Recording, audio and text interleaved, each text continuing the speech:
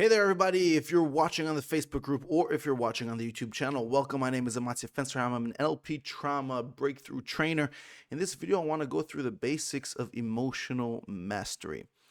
In this training, we're going to learn the basics of emotional control. We're going to learn some strategies that could actually help you so that you can create more positive emotions and cut down negative emotions in your life. We're going to focus on question number one: what influences our emotion? And question number two: how can we use that knowledge to control our emotion? So let's begin. What influences our emotion? Well, there are many things, but in this video, I want to focus on three. I want to focus on meaning and story. Focus, we're going to speak a little bit about internal and external. And then number three, we're going to speak about the body, how we use it and how we keep it, basically health. So let's begin with meaning and story. The meaning we give our experiences or parts of our experience, and that is very important to understand the difference between meaning of the entire experience and meaning of part of it. And I'm going to speak about it in just a moment. So the meaning we give our experience or parts of our experiences create what we experience, create the emotion. Now, when I speak about the meaning we give the whole experience or part of it, let's say I was in a car accident, right? I can give every single part of that experience different meaning. I could give the way I drove one meaning. I could give the outcome a certain meaning. I could give parts of the outcome a certain meaning. Was it good? Was it bad? That depends, right, on the area of focus, and we're going to speak about that very, very soon. So when we want to choose the meaning we give experiences, we want to focus on the parts of the experience that we feel most comfortable with giving positive meaning. Because one of the things I hear from many people is that, well, that's terrible. I can't find any positive meaning in that. That's because they're looking at a certain part of that experience. But if you would look intentionally for parts of that experience that you can take out of it some positive meaning, it'll be much easier to find the empowering and the positive meaning. Next, if you give positive meaning, you will feel positive. If you give negative meaning, you will feel negative. Nothing new there, I hope, at least. Any experience has positive and negative meaning. If I was in a car accident, the negative is that I was injured, if I was. The negative is that I won't be able to accomplish the thing I was striving to accomplish by driving towards that place. But there's also the positive meaning. I am alive, right? I have experienced an experience that will emphasize the safety in driving. Okay, so there's also positive and negative. Right? Now, they are both right. They're both correct. They're both real. There's actually something really bad about that, and there's actually something really good about that. This is something that I don't hear enough people speaking about, where they're saying that, you have to look for the good in everything. You have to find the positive meaning in everything, but you can't ignore that there's also some bad. And it's true. But if you find the bad, you could also search for and find the good. So it's not only good and it's not only bad. There's also good and there's also bad. You need to be able to find also the good and not just the bad. So we're saying that any experience has positive and negative meaning. They are both right. The question isn't what is the truth. The question is, how do I want to feel? Because right now, we could be sitting here and we could focus and think about all the negative things in this world, and there are a lot, and we'll feel bad. Or we could choose to focus on all the positive things in this world, and trust me, there are a lot, and we'll feel better. There is both positive and negative. It is up to us to choose where we want to place our focus, and we're going to speak about that very soon. Most of the meaning we give to things in our lives, I'm going to fix that T to R. Most of the meaning we give to things in our lives are assumptions. Most of the meaning we give to things don't have proof. We made that meaning up. We made that story up. We think that's what it means. Most of the things we don't have proof. We have things that might cause we might look at it and say, okay, if that happened, then this means that.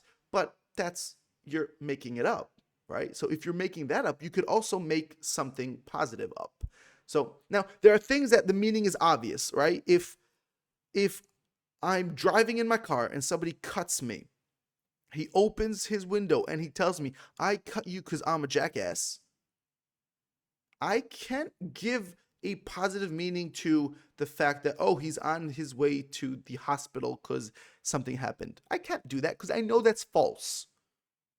But what I can do is find the part of that story I don't have proof of yet, and then there I can give the positive meaning.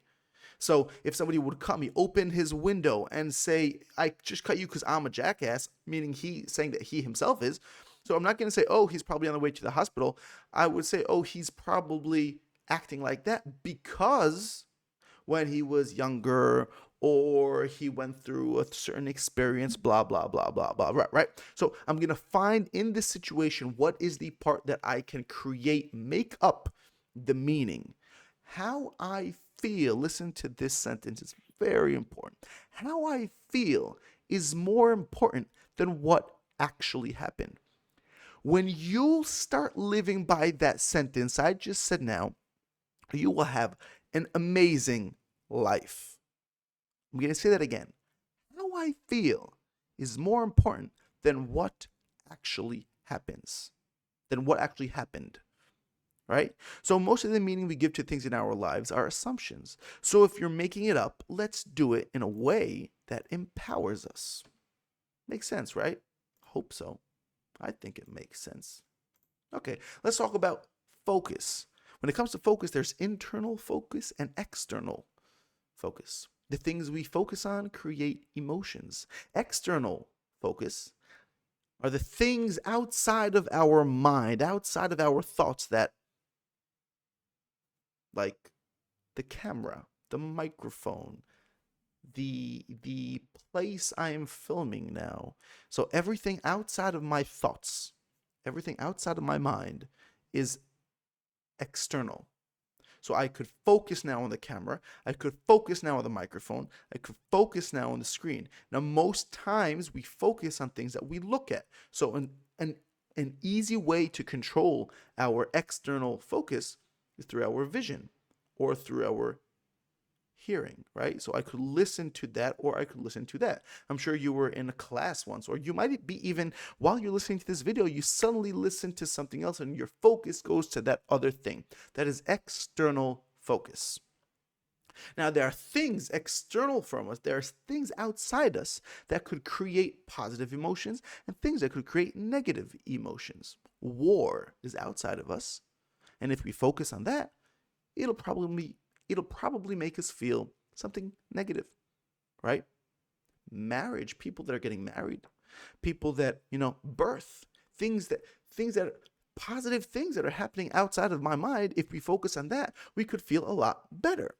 Now, at any given moment, there are horrible things happening in this world, and there are amazing positive things happening in this world.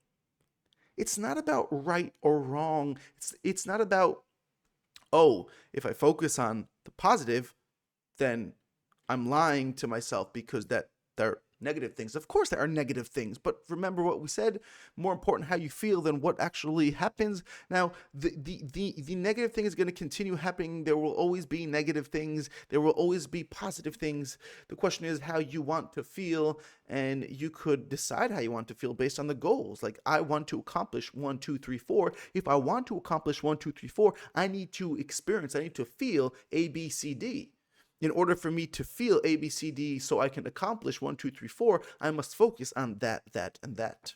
And if I focus on the negative things, I will feel bad, and then I won't have the emotional momentum to do the things I need to do. Right? So the things we focus on in our external world affects how we feel, right? Internal focus means the things that are inside our mind, our thoughts, our imagination, our self-talk, right? The way you talk to yourself, the things you say to yourself, the things you picture in your mind's eye, all those things are your internal focus. So you could imagine, you could recall a positive memory and you will feel something positive. Or you could recall a negative memory and you might feel something negative. You could recall a negative memory in a certain way, and in the future videos we're going to speak about that, how we could recall negative experiences but see them in our mind's eye in a way that wouldn't activate negative emotions. So that's the how we activate our imagination. We're not going to dive into that in this video. We're going to speak about that in future videos. But we need to understand that in order to control our focus, we need to also control the external focus and the internal focus. And the internal focus is my thoughts, my self-talk, the words I'm using, the pictures I see, the movies I play in my mental screen, all what happens inside our mind. So if you focus on positive, you will feel positive. If you focus on negative, you will feel negative. Makes kind of sense, right? I think so. There are always positive things and negative things to focus on. It's your choice. You want to feel good, choose to feel good. You want to feel bad, feel bad. Like, just don't blame anybody else. There are always things to feel bad about. My English sucks, but let's move on. So as I said, in future videos, we're going to dive deeper into internal focus, but here I want to stick to the basics. Let's talk a little bit about body health and usage. Our health affects our emotions. The healthier we are, the more likely we are to experience positive emotions.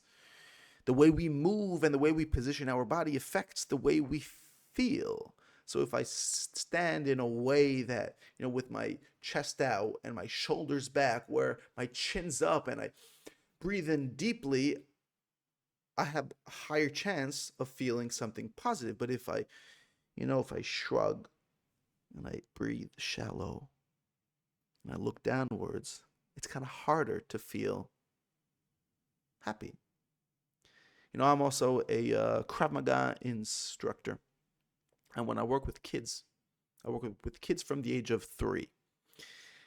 And sometimes while I teach a group, so one of the kids bangs into a wall, he fights with another kid, he starts crying. And I need to teach the whole group. And now I can't sit down and start talking with him like, oh, what do you feel? What do you think? And start getting into this conversation about all the focus and meaning. I don't have that time. You know what I do? I tell him, look at me right now. I set out my hand and I say, give me 5. And at first he's like, I don't want to. And then I'm like, give me 5 now. So he gives me 5. And then I lift my hand up and I'm like, give me 5 again. And then I lift it up higher, higher. Eventually he has to stand up and jump in order to reach my hand. What do you think happens to him when he jumps up with his hand raised up high? He starts cracking up. He starts laughing. And then he feels so good that he just continues the lesson. And all that takes less than a minute. I was able to change the way he feels by changing the posture, changing his body, changing the physiology. So if we want to feel good, we want to stand in a way that'll help us feel good. If we want to feel good, we want to move in a way that makes us feel good. Here I wrote down, emotion is created by motion. That is a quote that I really liked. Now you want to eat good to feel good. If you eat bad, you'll feel bad. That makes sense, right? I think so. So you want to stand and move like you want to feel, not like you feel at any given moment. Notice how your body is right now. You're probably sitting, you're posturing your body based on how you feel right now. But if you were to stop and think of how do I want to feel, and then how would a person that feels that way position his body? and then you would copy that, you have much higher of a chance to feel that way. Now notice I'm saying higher of a chance. It's not that, oh, you put your body into that position and automatically you will feel and you will be, healed with no more trauma or anything. I'm not saying that. This is all, adding up little things, little things, little things. When you exercise, you release happy chemicals and it gives you energy. That makes sense, right? So you want to move. Let's take action. Meaning, look for positive meaning in everything. Or if you can't find if you can't give positive meaning to the big experience, you could search for what in that experience can I give positive meaning. Focus. Look for reasons to feel positive. Notice, what are you thinking of when you feel bad? What are you thinking of when you feel good? Could you focus more on the positive? Do you want to focus more on do you want to feel good? That's an interesting point there. Body. Exercise daily, eat healthy, position your body as you want to feel and not as you feel at that given moment. But for anything to help, for anything that I'm ever going to say in this channel, in the Facebook group, or anything, for anything to help, you need to want to feel good. Ask yourself, do you want to feel good?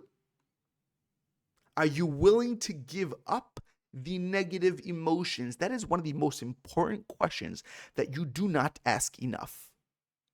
Until you are willing to stop feeling bad, it will be very hard to feel good.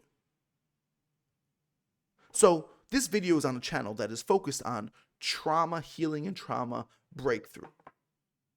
Most people that have a hard time breaking through their trauma is because they cannot imagine a world in which they have gone through the things that they have gone through without feeling bad. If they don't feel bad, what does that mean about them? You see what they're doing with the meaning there? They're creating negative meaning to feeling good.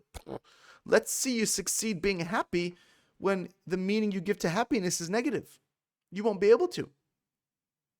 So the whole process of trauma breakthrough is being willing to give up the negative, wanting to create the positive, and then taking action and implementing all of these things that we're speaking about here. Did you subscribe yet? Did you like this video? Did you join the free Facebook group? If you're watching this video on the Facebook group, I will share a link to the YouTube channel where you could follow, where you could subscribe and like, and continue watching shorts and videos that I upload. If you are watching this on the YouTube channel, I will share a link to the free Facebook group where you could continue your growth and your trauma breakthrough. I love you all, and I can't wait to see you in the Facebook group. See you around.